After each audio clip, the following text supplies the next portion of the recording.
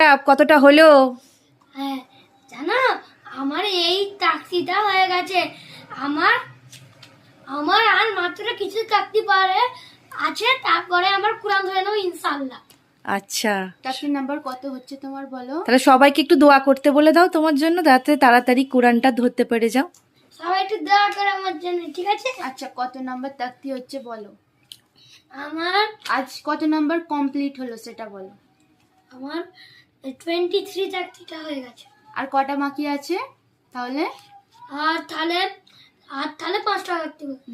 5টা তাকতি হয়ে গেলেই আরাফ ইনশাআল্লাহ কোরআন ধরবে। ইনশাল্লাহ ইনশাল্লাহ ইনশাল্লাহ, আল্লাহ মালিক। চলো স্টার্ট করো তো, আজকে কি পড়লে তুমি একটু দেখাও তো। চলো তাকতি নাম্বার 21 থেকে। তাকতি নাম্বার 21, হুরুফের মুকাত্ত আত। বাংলাটা একটু পড়তে অসুবিধা হয়, যাই হোক চলো। গুণনা করবে। আলিফ লাম মিম। বাহ, আলিফ লাম মিম সাদ। তারপর আলিফ লাম রা। আলিফ লাম না না, সাদ। এটা সদ না, দেখে পড়ো। আলিফ লাম মিম রা।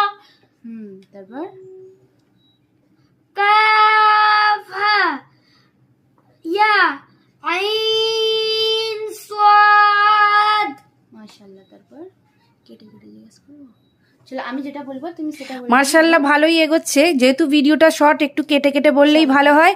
আর যারা যারা আপনারা দেখছেন জানেন আরবি পড়া, যদি কোনো ভুল হয় অবশ্যই জানাবেন, আর ভালো হলেও কমেন্টে জানাবেন।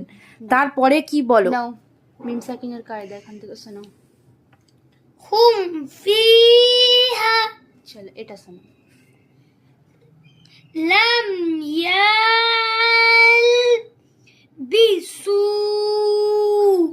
আম লাম তুনজির হুম। মাশাআল্লাহ মাশাআল্লাহ, এখান থেকে শোনো। ইন্না রব্বিহুম বিহিম। ঠিক আছে মাশাআল্লাহ।